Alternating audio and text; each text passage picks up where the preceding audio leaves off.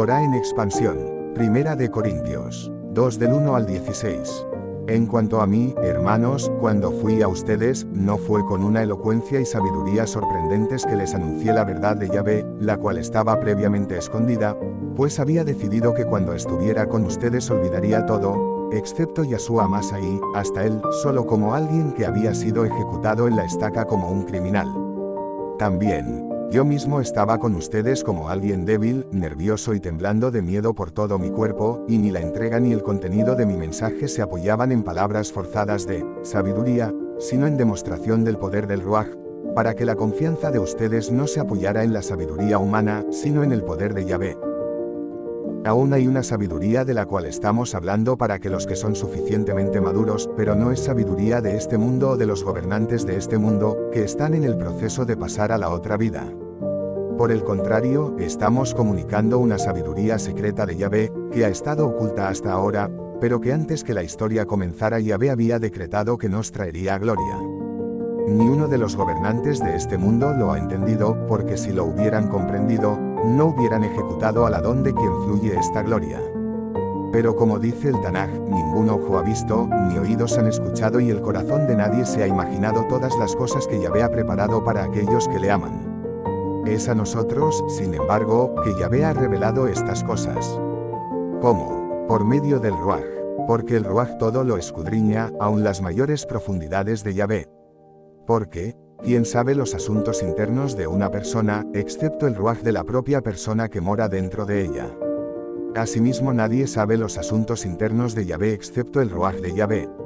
Ahora bien, no hemos recibido el Ruaj del mundo, sino el Ruaj HaKodesh, para que podamos entender las cosas que Yahvé nos ha dado libremente. Estas son las cosas de las cuales estamos hablando cuando rechazamos la forma de hablar que dicta la sabiduría humana y, en cambio, usamos la forma de hablar que nos dicta el Ruaj, por la cual explicamos cosas del Ruaj a las personas que tienen el Ruaj. Pero el hombre natural no recibe las cosas del Ruaj de Yahvé, para él son absurdas.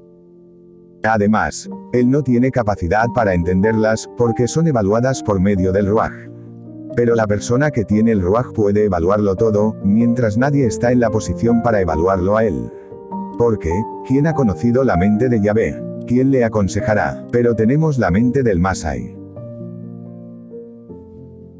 Meditemos estos pasajes. Esas son las cosas que Yahweh ha revelado por medio del Ruaj HaKodesh, y es que el Espíritu explora todas las cosas hasta las profundidades del Creador. Porque, ¿quién es el que conoce todo lo que hay en una persona sino el espíritu humano que la habita? Así tampoco hay nadie que conozca las cosas del Eterno más que el Ruaj de Yahweh. No es el espíritu del mundo el que hemos recibido, sino el Ruaj que viene del Creador para que podamos saber todo lo que nos ha dado la gracia de nuestro Abba. De estas cosas no hablamos con palabras que enseña la sabiduría humana, sino con las que enseña el Ruaj, interpretando lo espiritual para los espirituales. El que no tiene nada más que la vida física no puede entender las cosas del Ruaj de Yahweh. Para él no tienen ningún sentido, y no las puede entender porque se necesita el espíritu para discernirlas. Pero el que es espiritual aplica su juicio al valor de todas las cosas, aunque él mismo no está sujeto al juicio de nadie. Porque, ¿quién ha llegado nunca a comprender la mente del Creador para ser capaz de instruirle? Pero nosotros tenemos la sabiduría de que por medio de aceptar al Mashiach nuestros ojos se han abierto a lo espiritual. Hay algunas ideas muy básicas en este pasaje. Saúl, al que en las versiones bíblicas se le conoce por Pablo, establece que la única persona que nos puede decir algo acerca de Yahweh es el espíritu del Creador. Usa una analogía humana. Hay sentimientos tan personales, cosas tan privadas, experiencias tan íntimas, que nadie las puede saber excepto el espíritu humano de cada uno. Pablo afirma que sucede lo mismo con el Creador, hay cosas profundas e íntimas en el que solo sabe su espíritu, y su espíritu es la única persona que nos puede guiar a un conocimiento realmente íntimo del Creador. Además, no todas las personas pueden entender esas cosas. Pablo habla de interpretar cosas espirituales a personas espirituales. Distingue dos clases de personas. Están los que son neumáticoi. Numa es la palabra para espíritu, y el que es neumáticos es sensible al Ruaj HaKodesh y es guiado por el Ruaj de Yahweh. Y está el que es psíquicos. Sige se suele traducir por alma, pero no es ese su verdadero sentido. Es el principio de la vida física. Todos los seres vivos tienen sige, un perro, un gato, cualquier animal tiene sige, pero no tiene numa. Sige es la vida física que los seres humanos compartimos con todos los demás seres vivos, pero Numa es lo que hace que las personas seamos diferentes del resto de la creación, y semejantes a Yahweh. Así que, en el pasaje 14, Pablo habla del hombre psíquicos. Es el que vive como si no hubiera nada más allá de la vida física, ni otras necesidades que las puramente materiales. Una persona así no puede entender las cosas espirituales. El que no cree que haya nada más importante que la obediencia a la bendita palabra del Creador y se deja guiar por la satisfacción de sus impulsos no puede nunca entender el sentido de la espiritualidad.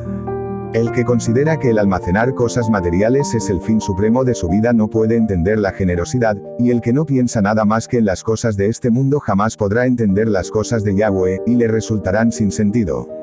Nadie tiene por qué ser así, pero si se ahoga lo que alguien llamaba los anhelos eternos que hay en el alma, se puede perder la sensibilidad espiritual de tal manera que el Ruaj de Yahweh hablará, pero no se le oirá.